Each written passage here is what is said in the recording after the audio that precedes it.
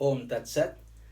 My humble prostrations to the all-pervading Brahman, to my worshipful Guruji, Swami Jyotirmayanandaji Maharaj, to sage Narada and all sages and saints, and to each of you divine soul watching today's satsang.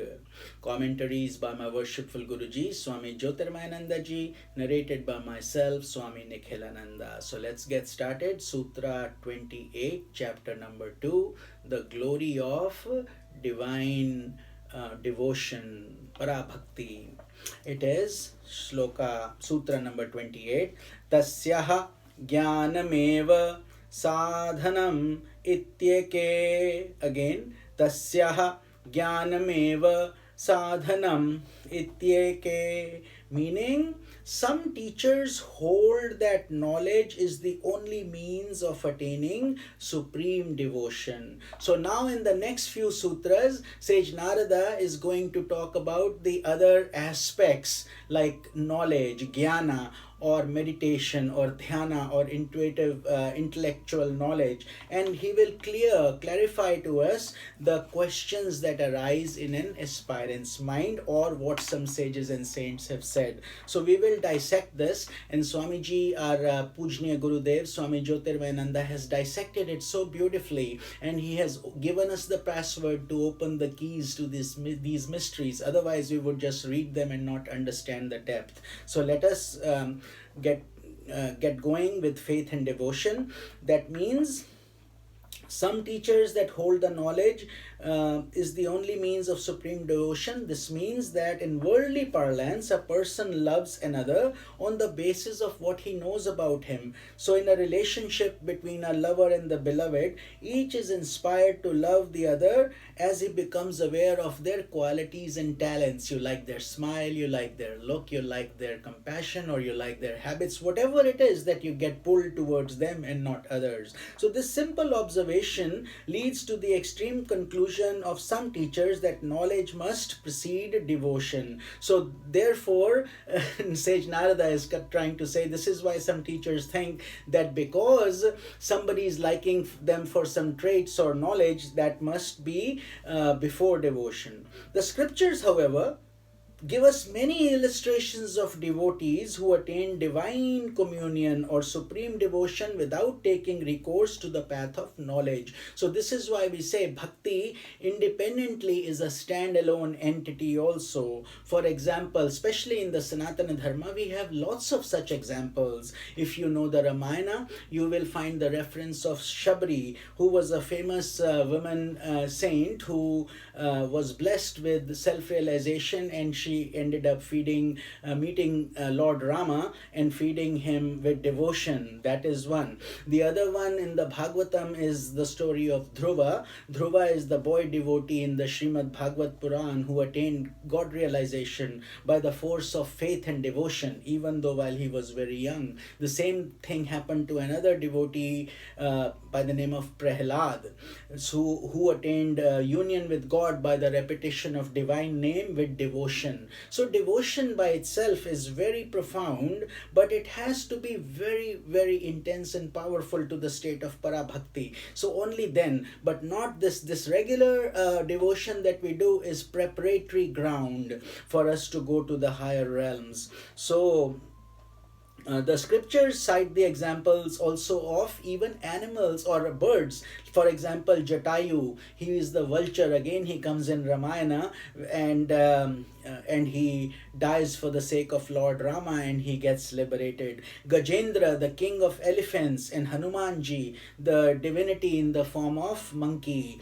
They all attain devotion without taking recourse to knowledge. So this is the proof by Sage Narada, where he's refuting some of the people who think that knowledge is needed. Actually, knowledge sometimes ties up in knots where we intellectualize everything, we try to rationalize everything, but really the heart is what we need to get God. We cannot get God through our mind, limited mind and brain. So although that is required also, but really if the heart is expansive enough, the point is you can attain God from that aspect only as well. So there are teachers such as Sage Vasishtha on the other hand. Sage Vasishtha, he talks about the Yoga Vasishtha scripture, which is extremely profound, and it is so deep that I personally cover it on Facebook every Friday evening at 7:30 p.m. Pacific Standard Time. Since we are in Sacramento, California, we do this scripture every Friday evening. For those of you who are interested in this aspect also, they can connect to me through Facebook, and I will be happy to guide you on that journey as well. But Sage Vasishtha really emphasizes self-effort to a great extent, and he says we cannot get liberated without knowledge. He goes to the extent of saying that if even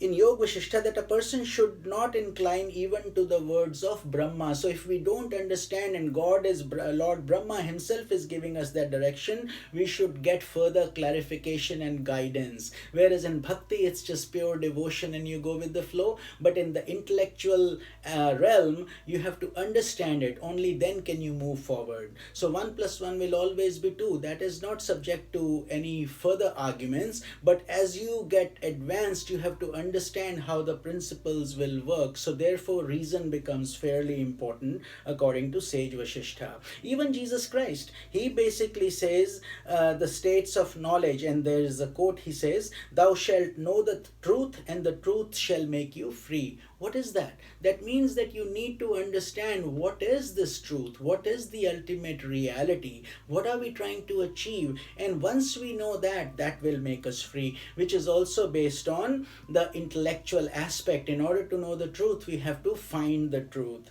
Sri Shankaracharya ji, who is our founder of our sannyasa lineage, where we are following the Guru Shishya Parampara all the way to Shankaracharya ji and Lord Shiva. So therefore the Guru Shishya Parampara in the Sanatan Dharma is truly unique and very, very powerful. For this reason, we guide people to seek initiation on a mantra so they can start walking on this holy journey. But it's only for serious spiritual aspirants who want to change the way of their life and follow the spiritual dimension, where they understand that just living, eating, sleeping, reproducing is not the only answer, that there is obviously something more. So it's for those serious sadhakas that these gurus, divine energies come to guide us and give us the light. For the rest of us, you can listen to the satsanga and gradually enjoy the benefit of the punyas, and you will accumulate good merits.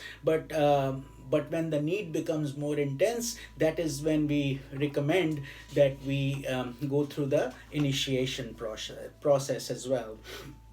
So Shankaracharya ji said the same thing, that we have to remove the veil of ignorance. Although Shankaracharya ji was a great bhakta and a great intellectual giant as well. So he achieved parabhakti and pragya both, which is very, very rare. Either people are bhaktas or they get God through wisdom. But in Shankaracharya ji's case, he attained it through both the means, and we humbly prostrate to him and seek his blessings, that may we also get the nectar of his blessings and his wisdom and bhakti. But an aspirant may become confused, as I just said, by reading these conflicting views, and there is really no cause for confusion, as Swami Jyotirmayananda ji is clearly guiding us. He says the knowledge spoken of Sri Shankaracharya ji, Sage Vasishtha, Jesus and others is not the intellectual knowledge which is the subject of the present sutra, which is why people are getting confused. But here, see, you have basic devotion and basic intellectual knowledge, but you don't get God through either of those two. You don't get God through basic devotion, just simple devotion. We have to do something much more. We have to make God the central focus of our life. And same thing with the intellectual. We can't get God by just rationalizing or talking about God. We have to read the Upanishads, and not only read them but apply them in our life and understand them and take us to a different dimension of intuitive intellect, which is called pragya. In bhakti we have to get to para bhakti, and there is no difference. It's the same thing. It's like the peak of the mountain. So if you are climbing here from bhakti, you will reach to para bhakti, which is the peak, and somebody from the other side of the mountain is climbing from jnana, and he is ultimately reaching to the top of pragya or intuitive knowledge, and there they are both united. There is no difference. It's the same top of the peak, the same apex. That is what we call the triangle path. So the knowledge they have attained, and therefore it is the same. So there is no need for confusion. But again, like I said, this is why we need the holy company of satsang and scriptures and competent gurus who can guide people through this mass of confusion in their limited minds, so we can all have a clarity of thinking and know what these deep sutras are all about.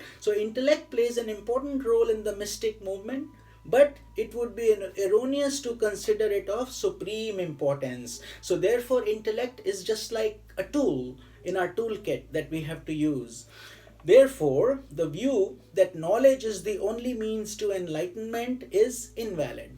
We cannot say that for sure. It is a means, but if it's not the only means, that is where we have to understand. Both reason and emotion must blend in a spiritual movement until both are transcended in true bhakti or true jnana, just like I explained with that triangle approach to reach the same point. So I hope you are understanding these sutras. I hope you're finding bliss, and I hope you are practicing also in your daily life. And if you are seeing a marked improvement, and if I have been a small instrument in making you a little deeper into your spiritual sadhana and on your journey, then please drop me a comment and subscribe and share, so we can all further expand this wonderful nectar of devotion and wisdom shared by the sages and saints.